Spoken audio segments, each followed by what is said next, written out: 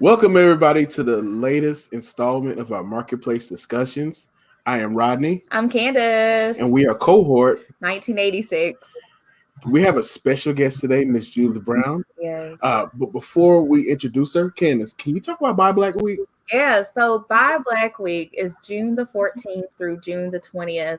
So we've teamed up with BBOC, better known as the Black Business Owners of Charlotte, and also the Black Business Owners Corporation.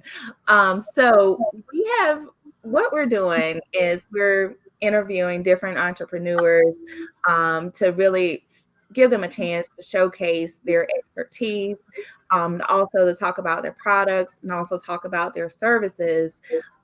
So we have different guests. So today I'm really excited about this guest. So Ronnie, give us some more information. Again, we have Miss Judith Brown. She is the founder and executive director of Project 704. She is an outspoken We'll get back to that. We'll get back to that one. She's an outspoken disability advocate activist in the city of Charlotte. Project 704 is a 501c3 nonprofit organization. The mission is to support, advance the lives of people with disabilities. Project 704 serves our community in mainly different aspects, such as Foodie for Access program, a pop-up neighborhood food distribution and community resource event, the Highest Love Hygiene Pantry, and prescription drug assistance program for uninsured residents. Ms. Brown works with other advocates and organizations to coordinate support throughout Charlotte. She also represents the disabled community on important issues such as housing, food security, and economic mobility. Everybody, please give it up for Ms. Judith Brown. Yes, thank you for your service. Thank you, guys. Thank you. I'm very happy to be here with you today. Ms. Brown, I have a question for you. The name Project 704, innovative, awesome name, catchy. Right. How did you come up with that, and what were the origins? I really wish I could take the credit for it. I didn't. I had it named something really boring like Celebrate Connections. And so, but one of the first, really, I call her the first adopter. She's another advocate here in the city, Steffi Hamrick. She said, Judy, I'm willing to start this with you because at that time I was almost ready to give up, and I can talk about that later, but I had been knocking on doors and talking about this idea and nobody was getting it. But she got it right off the bat. And she says, I'll do this. You just got to use this name. And I was like, I don't care what it's called. I just want to get started. And she said, I want to call it Project 704. And I was like, that is so cool. So that's what we named it. And at the time, everybody was like, what does that stand for? What does it mean? And it's really just, we use projects, we use events to move our city forward. And if you even see it in the logo, it's like a little person that might be using a wheelchair. And we're trying to spread that kind of love all over the whole city. Like, let's move forward, So that's basically what we started with that name. And I love that name today now. It just really I love it too. I do too. So much. That is so cool. That is really cool. And Ms. Brown, I do have a question for you. Where did your passion for people come from? Like, did you have this same passion as a child, or did it develop over time? I did not have this passion as a child. In fact, if you talked to me in my 20s and said, well, Judy, later on, you're going to have this nonprofit organization and you're going to do, I would have laughed at you. I was in corporate America. I was moving up the ladder. I was doing the things I love to do. I love administration and coordination in the corporate America. So that's where some of this background came from. But it wasn't until my 30s. I kind of started to get sick and ill in my late 30s. And I also, at that point, had been married and had 2 sons with autism. And that's where this all started. I had no, even though I am a person with a disability, I always self-identify. But as a child, that wasn't what my parents focused on. I made somebody laugh today. I had them kind of parents like, get up, go to school, ain't nothing wrong with you, go on, go on, go on. So I didn't even realize that I was a person with a disability as a young person. It wasn't until I got older and those conditions began to really, surface. And then I had to deal with my sons. And I was like, this is a whole nother world. that I had not been. So that was where the passion came when we tried to go to school and you had to get accommodations. That's when the kind of mama bear started coming out of me like, wait a Mama minute. Judy out, Mama Judy. Mama Judy came out like, wait a minute. My children are supposed to get these accommodations. My children are supposed to have rights, that are protected. And that's where I really learned. So this was a learning process over those whole many years. My sons now are 25 and 29. And most people don't have a lot of, especially in the Black community, grown children with autism. And so I have grown sons, and one has graduated college. One is on his own in Washington as a full-time illustrator.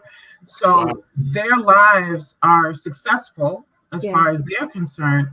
But it was what I learned through dealing with Social Security, the medical industry, the insurance industry, just all of that, the educational industry, that all of that knowledge is what I brought to Project 704. Yeah. So I have to ask, just kind of hearing the story, right? So hearing how your kids were able to overcome their disability and to find careers because you were able to get those resources. So can you talk a little bit, about what is the process and why is the process so hard with getting resources when you need them? Well, I tell people that in the Black community, because we are talking about our Black community, we've had a long and difficult history with the medical industry. We've had a long and difficult history in just being a supported person in this country. And so we're the product of that. Even though we have laws on the books and things in place, there's a lot of lack of knowledge. There's a lot of pride where sometimes we don't even want to admit that there's any kind of weakness or there's any kind of difficulty. I grew up hearing that kids were just bad, they're kids bad. But, it isn't that. It could be a speech disability. It could be a learning disability. And instead of us kind of dealing with that, having to work as hard as we did. I mean, I'm dating myself, but I was born in the 60s. So I came up in the 70s, and having to work as hard as we did to prove that we were capable and able to be in the workforce, just as Black people. If you had a disability, that was not something you were going to just walk off and announce to people. There was a lot of stigma to that. Also, I talk about how being a person with a disability in the Black church is not easy either. I grew up with the church. My parents met in church. So, it was always like, well, you're just going to be healed and everything's going to be fine. And I was like, life doesn't always work that way. And what happens if, God decides he wants me to live this way? So, we've got a lot of those kind of cultural things that we deal with. So that's one reason the process is difficult, is sometimes we just don't know how to navigate this process. Then are we going to be able to be vocal enough? Are we going to know how to stand up for ourselves? And that's one of the things I teach every client, how to self-advocate. You do not have to be less of value just because you're dealing with a condition or a health issue. You still have value. So how do we do that when we're talking to doctors, when we're talking to Social Security? How do we still, talk about our value while we're doing that? And in the Black community, this is so important. I tell a lot of people, the numbers are that Black African Americans, we suffer more with Alzheimer's. But if you go on Google Alzheimer's, how many Black people do you see? None. So a lot of times representation isn't there. These studies may not include a lot of Black people. I know for my second son, he ended up not only being on the autism spectrum, but he had a physical condition. It took us 3 years for him to be diagnosed because it actually was underdiagnosed and misdiagnosed in Black people. Wow. Period. And so it was one of those things that if it wasn't for the tenacity, if it wasn't, my mother said I'm the most stubborn person on the planet. If it wasn't for being stubborn, it took us almost 4 years to have him diagnosed. Wow. So these are the things that face the Black community. Sometimes we're just misdiagnosed, underdiagnosed. When it comes to pain management, there's a long history in our medical industry about not treating our pain. Right. That we don't feel pain the way other people may feel pain. And so you've got a lot of those things going on that makes the process really difficult for us. Wow. Yeah, it's kind of crazy that you say that because I know, even at my own company now, we've been talking a lot about neurodiversity. We've been talking about assessments. So, I mean, it's just like everything is just starting to shift where people are starting to get, more information about things, as far as like having closed captions on during meetings. Those are like simple changes that we can make, PowerPoints, what colors to use. So, I mean, I think, we can all do our part. And I mean, it helps me by having the closed captions on. I'm like, wait a minute, what you say? Because I'm good for hitting rewind. So, and Rodney, you were just looking at gender and kind of pain management. Yeah, because I'm in grad school, so I looked at something, and I just kind of looked at the history of just women and minorities as far as the medical field, and if you take a look at that, you will be thoroughly surprised and disgusted. To this day, there are biases that blacks don't feel as much pain. They say we often embellish our symptoms, and it's Ms. Brown, what you're doing is very much needed out here, especially in our community. In our community, yes. And I mean, Project 704, we serve everyone, but I have been receiving more clients from our community because they feel frustrated, because they feel like they're hitting brick walls, because they don't feel like they have someone to advocate for them within either their healthcare or their housing or different things like that. So our community, it's very important right now. And especially for our youth. I mean, this year we've really focused on being involved more than with our youth so that they have a voice, that they can speak up. I remember as a young person having difficulty and not knowing how to speak up about what I really needed, and giving people and the youth that platform. Yeah. I think that's great, advocacy, and having allies there as well to kind of help with that. Yes. And I do have a question for you. So what were some of the barriers that you faced within the community kind of first starting out your business? Well, I moved here in 2010, and I was born in New York, and then I lived 11 years in Baltimore, Maryland. And Baltimore, Maryland was like the mecca of disability support. I mean, it's amazing what they have going on there. And so I came down here, hitting the ground running, ready to go, and hitting like brick walls. Like no one understood what I was talking about. There was no such thing as disability pride or disability justice. Wow. There's a whole thing called disability history. Nobody was talking about that. So basically people were like, well, Judy, you're trying to bite off too much. Just talk about autism or just talk about, this thing. And I said, yeah, but in my family, we deal with everything. I used to say we deal from everything from autism to vertigo. We can't just focus on one thing. And then how does this affect us as a family? That's how I have to look at it. I can't just say it's a medical thing. It was, how does this affect us with education? How does it affect us with living situations where we live in our housing? How does this affect us? And so it was very difficult. The first 8 years, I started to just get frustrated. People said, well, maybe you should leave Charlotte, go move to Raleigh or go back to Maryland. And I was like, yeah, but people need help here. Because if I can't find the answers, the people who are really suffering don't have any clue. So the first 8 years were really, really frustrating.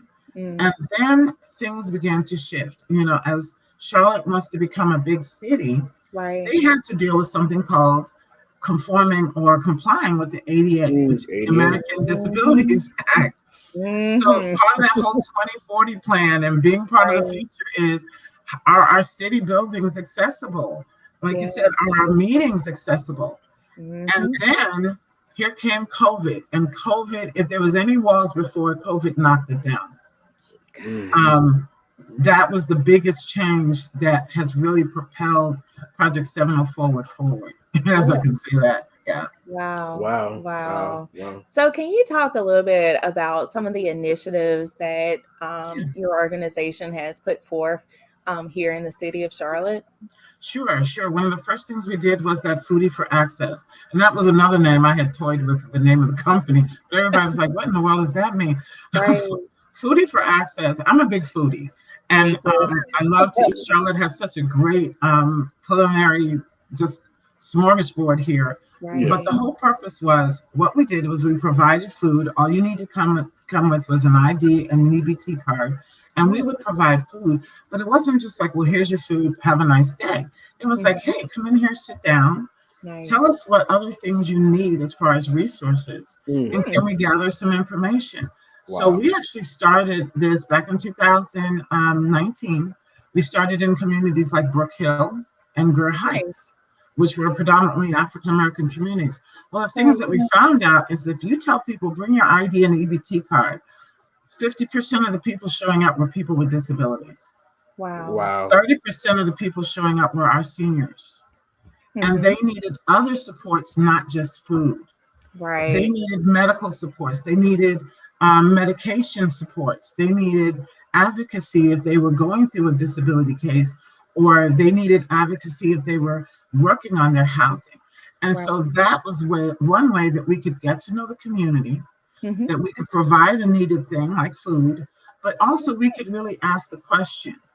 You got to remember, we were doing this 2018, 2019 Right. before people began to say, hey, let's go in and ask people what they really need. Right. Right. Right. Right.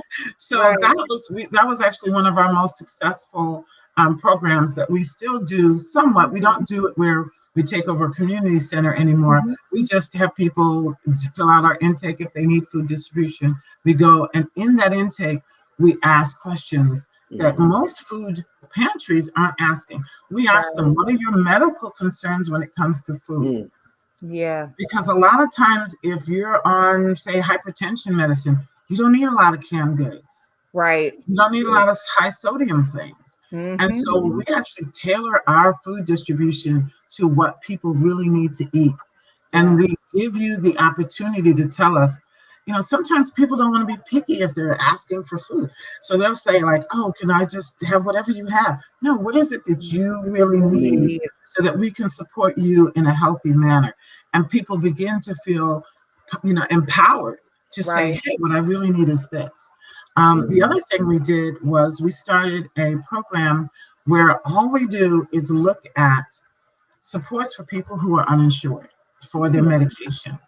And we did that at the Foodie for Access events, or we would have another event where all you did was just go in and say, here's the medication. I can't afford it. I don't have insurance. And we would either find the Good RX, or we would have Walmart, or whoever had it, Yeah. we would get that for you. And if it was within a certain range, we would even pay for it. So Nice. the biggest drop we ever had, we had a gentleman who had medication for his lungs, Mm. and we were able to knock $50,000 off of that medication. Just Wow. because Wow. we looked at the way it was, we asked the medical doctor if it could be portioned in a certain way that it would meet this program, and he was able to get his medication within an income that he could afford. Wow, you guys Wow. are such a blessing. I mean, Angels. you guys are really a blessing. Just kind of looking at the problem holistically. As far Yes. as what is it that people need. Mhm. You just can't do one thing and not worry about other stuff. And that just kind of goes to something I always say is every model does not fit everyone.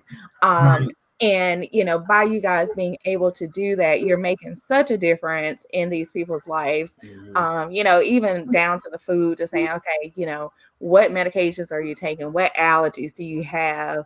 So that we What can even make we even ask Religious if there are preferences. religious restrictions, because we're exact not trying to give, if all the food boxes have pork and you don't eat pork, we're not going to give that to you. Right. Right. right. Right. But this really empowers people to feel, uh, involved in the care and the resources they get.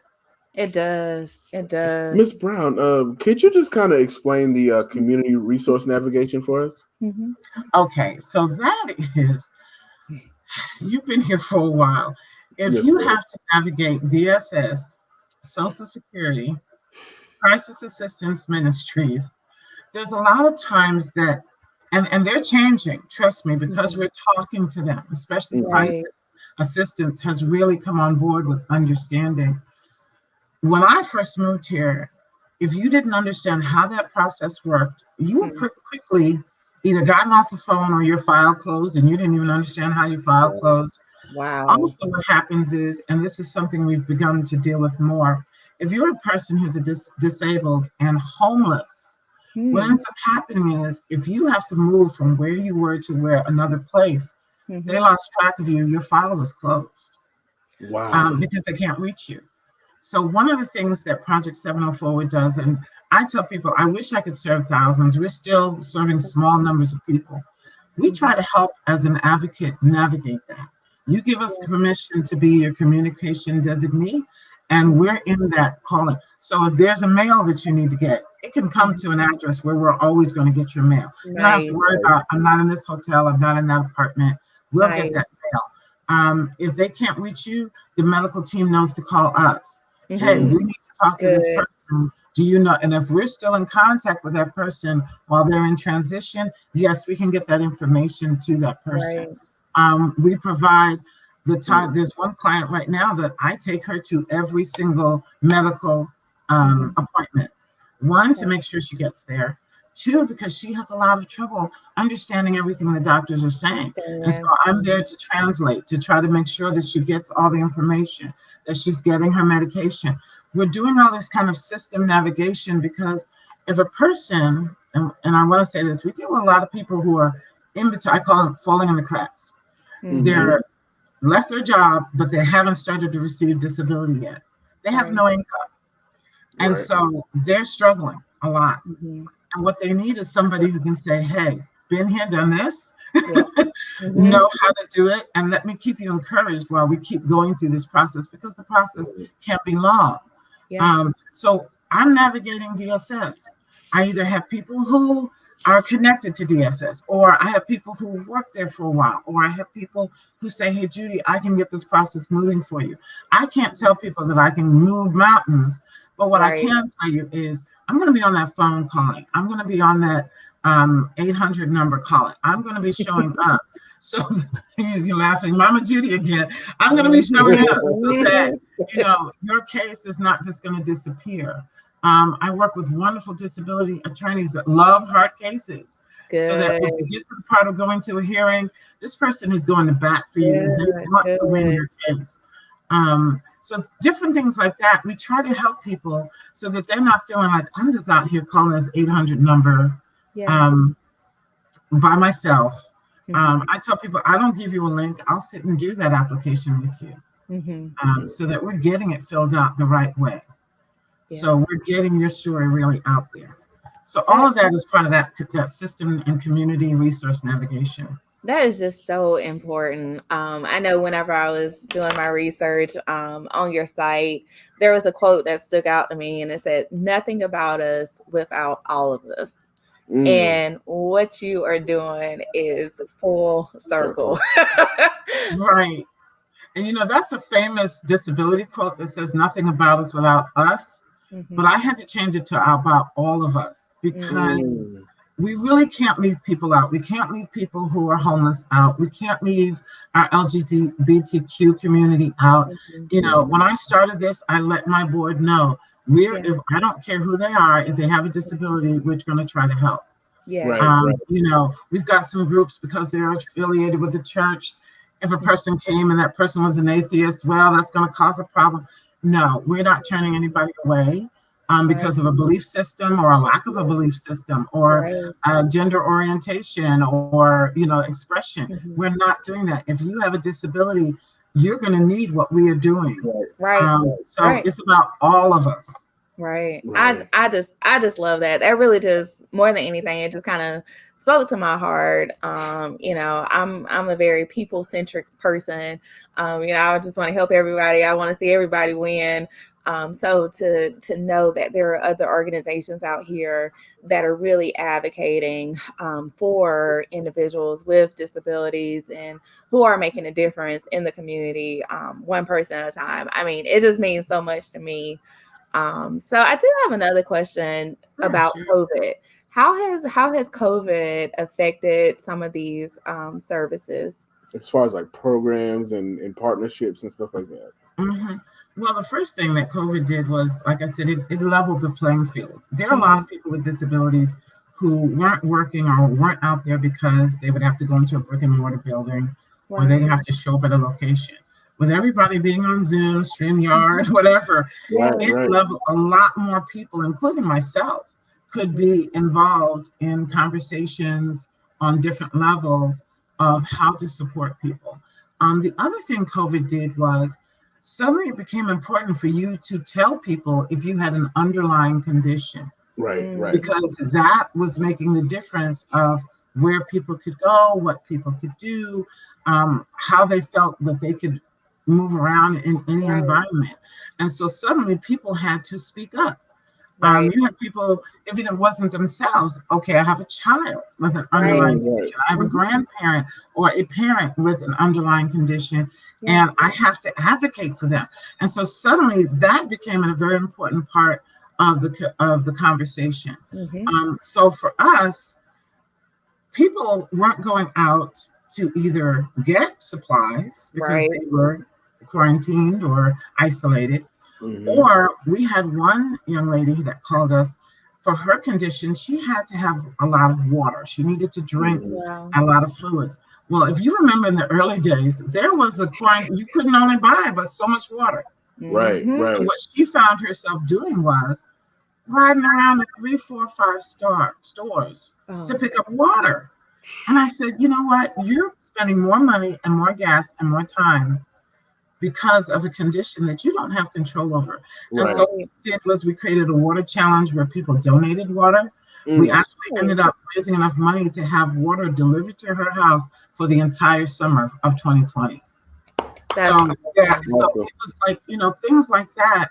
And what I tell people is Project 704 is small, so we can lean, we can turn, we can pivot. We actually started working with Crisis Assistance Ministries.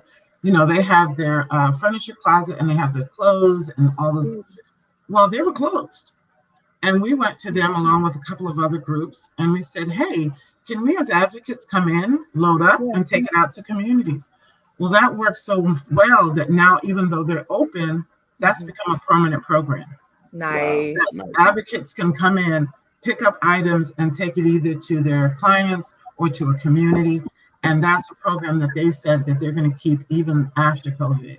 So COVID made people think differently. How do we get these services to them? How do we get to the community? And how do we talk about these things in different ways than, hey, here's a link or come down to the office. So that allowed Project 704 to say, hey, we've already been in the community. We've been at community centers. We've been at people's homes. My intake form can be done from a smartphone. 1, 2, 3. These are the ways that we've been able to do this. In fact, I tell people we were on Zoom before anybody knew what Zoom was. Yeah, because everybody knows what Zoom is now. Everybody knows what Zoom is. We were doing our board meetings on Zoom because 90% of our board are people with disabilities, and there are in different races. We had to find ways to communicate. Right. So suddenly we became a needed voice on how do you do this? Right. How do you teach people? But I told people, I said, the disabled community, we've been on social media for 20, 30 years because that was the way we would get our information, have our support groups, and support one another. So COVID kind of just leveled the playing field. Like everybody was doing what we're doing. Yeah. So I do have another question. So how can people assist? I know you have a lot of initiatives going. So how can people get involved and assist? Well, of course, and we do everything. Of course, we take donations, monetary and in-kind donations. I've had people donate walkers and mobility devices that their family may or may not be using anymore. We also, like I said, take donations where we have the Amazon Smile, and I should have sent that to you guys. The Amazon Smile account is Okay. up. They can order things and we'll get a little percentage of that. We even have a wish list on there. And I have a funny story to tell you about our wish list. But Yes. the other thing is on our website, there's a contact form. We are always looking for volunteers. Good. And that is because we still do food distribution. We do a distribution to a senior living center twice a month. So every 2 weeks, we're dropping off food for their seniors, and there's some veterans in there as well. Sometimes we're at an event, like we're coming up to be walking the Hoskins community right before Juneteenth. And we're going to need some people just to come with us and do flyers. Right. Sometimes I just need people to make some phone calls. I'm usually still chief cook and bottle washer, so I'm still sometimes making a lot of that. But we would love to have some volunteers to do that. So definitely contact us through the website contact form. My telephone number, I can give that if you guys don't mind. Yeah, sure. Go for it. 704-200-3763. And that comes directly to me. We don't have a switchboard. It comes directly to me. Texting is even easier because that way I can text back and the phone's not getting jammed up. But yeah, people have dropped things off. We had to get a storage space. They were dropping things at my house. And we do actually have a small office now on Monroe Road, 3010 Monroe Road. Congratulations. Yes. We do have a small office where, if I know people are coming, we'll be there. But I still mostly work out of my home office. Wow. So let me tell you the quick story about the funny thing. Yes. So when we were doing the Foodie for Access and we were doing the Hygiene Pantry, we had a lot of products, deodorant, toothpaste, and we went through all of that. At the end of 2019, when we did our last event, I said, I want to start fresh 2020 with new things. So I tried to just get everything away. And the only thing left was 600 rolls of toilet paper. I was so mad. I was like, what am I going to do with all this toilet paper? What? But a few months later, COVID came. And suddenly, we would drop off food and I would give 4 rolls of toilet paper and people would cry over the toilet paper. They're like, thank you so much. I'm sitting here with gallons of milk and everything. No, the toilet paper was the most important. God's timing. I don't know. I said that was God because we literally ended that year with 600 rolls of toilet paper that we were able to help people in that first part where that thing just disappeared off the shelves. That's awesome. So that's my funny story. Wow. That was an awesome story. That was an awesome story because I know we were riding around looking for tissue. I was like, oh my Lord, like we can't be going through this. I don't want to become a hoarder. And we even did that. We even supplied, cleaning supplies for people because you couldn't find anything in the beginning. Hand sanitizer. It was so hard. You'd be surprised, things like alcohol swabs that people with diabetes need on a regular basis, suddenly you couldn't find. And so, and I want to stress this, we don't work alone. We work as a network of organizations, like Crisis, like organizations that have been around forever and other small grassroots organizations to make sure we network. If someone has something, we can get it to someone else. Got you. And so, Mrs. Brown, so what would be some of your advice to an entrepreneur who is kind of starting out and is in the position that you were back in the day? You were frustrated, passionate about something. So that's a good question. What advice would you give them to keep pushing and keep going?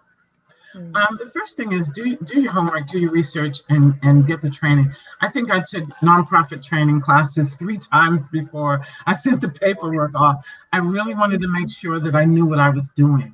We actually do need a lot more Black people and Black women in the nonprofit world. Right. Yeah. And this is a perfect time to get involved. But do your research, do your training, understand what you're trying to do, ask questions, but, just be committed to it. Like I said, it was 8 years of knocking on doors with no one understanding what I was talking about. Right. But I knew that this was needed. And then get out there and do that networking.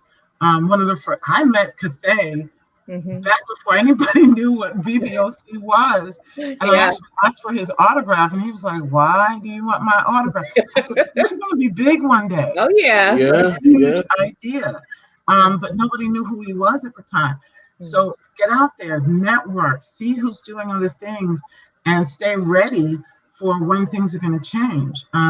This is my 11th year here in Charlotte, and all of a sudden I walk into rooms and people know who I am. I've been here for all this time,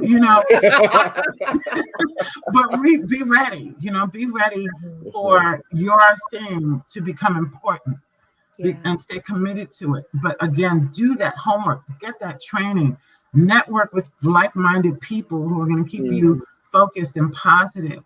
Because there are going to be maybe some lonely days and some days where, like, I have a joke in my family when the phone is ringing, and I think that first year I spent more time on the computer filling out paperwork than being in the community. So we used to always laugh and say, "Start a nonprofit." They said, "You'll be out in the community." They said. And I felt like this isn't what I wanted to do. But the point is, there's plus and minuses. There's always pros and cons. Right. There's a lot of paperwork. You want to learn what you need to do to take care of that. But don't let that passion disappear, because when I can help somebody, like we're helping somebody, we've kept her housed for over a year. She was disabled and homeless. We've kept her housed. We're about to possibly move her into a program that'll pay for rent for 12 months. Wow. And we're very close to the end of her disability case. Wow. When I met this person, they were like, "I don't know where to go." And so when we can help somebody from that point to now, she says, "You know what? I think I want to help women like myself." Right. That's a big difference. And It that's going to keep you encouraged. It But is. just stay around positive people, network on the BBOC, connect, so that you stay encouraged in those dark days, because there can be some. Wow, that was some good advice right there. Just, stay in the course. There will be times where it may be slow, it may not be what you expect, but just kind of being consistent and surrounding yourself with the right people. That's a critical point. That's a critical. Critical. Right. People who believe in your dream, and see the vision, and that's what you want. Yeah. I would agree. So, Ms. Brown, can you tell the people, where they can find you one more time? Sure. I live on Facebook. I have an Instagram account, but I live on Facebook because I'm in over 200 different groups that talk to people with disabilities. And so that's really where I focus a lot of time and support and advocacy. So Judy Elise, JUDIELISE, is my handle on Facebook. Also, you can find Project 704 Forward on Facebook and Instagram. The number again is 704-200-3763. And J Brown at project704forward.org is an email, and that email comes directly to me. Perfect. So do you have any closing statements that you would like to make? I started years ago in corporate America, and like I said, if somebody had told me that I would be doing this later on in life, I would have laughed. So I just tell people, stay flexible, stay open, and stay expectant, because you may start off in one end and end up somewhere else, and your purpose might be in the second thing, not the first thing. So always stay open for change and positive about your future. Wow.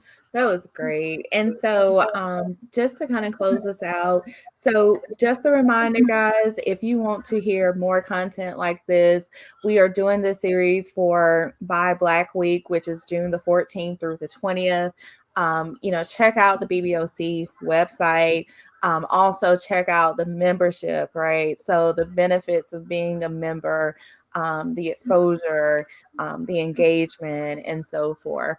And so, Ryan, where can people find us if they want to hear more about the mentor series or the marketplace discussions?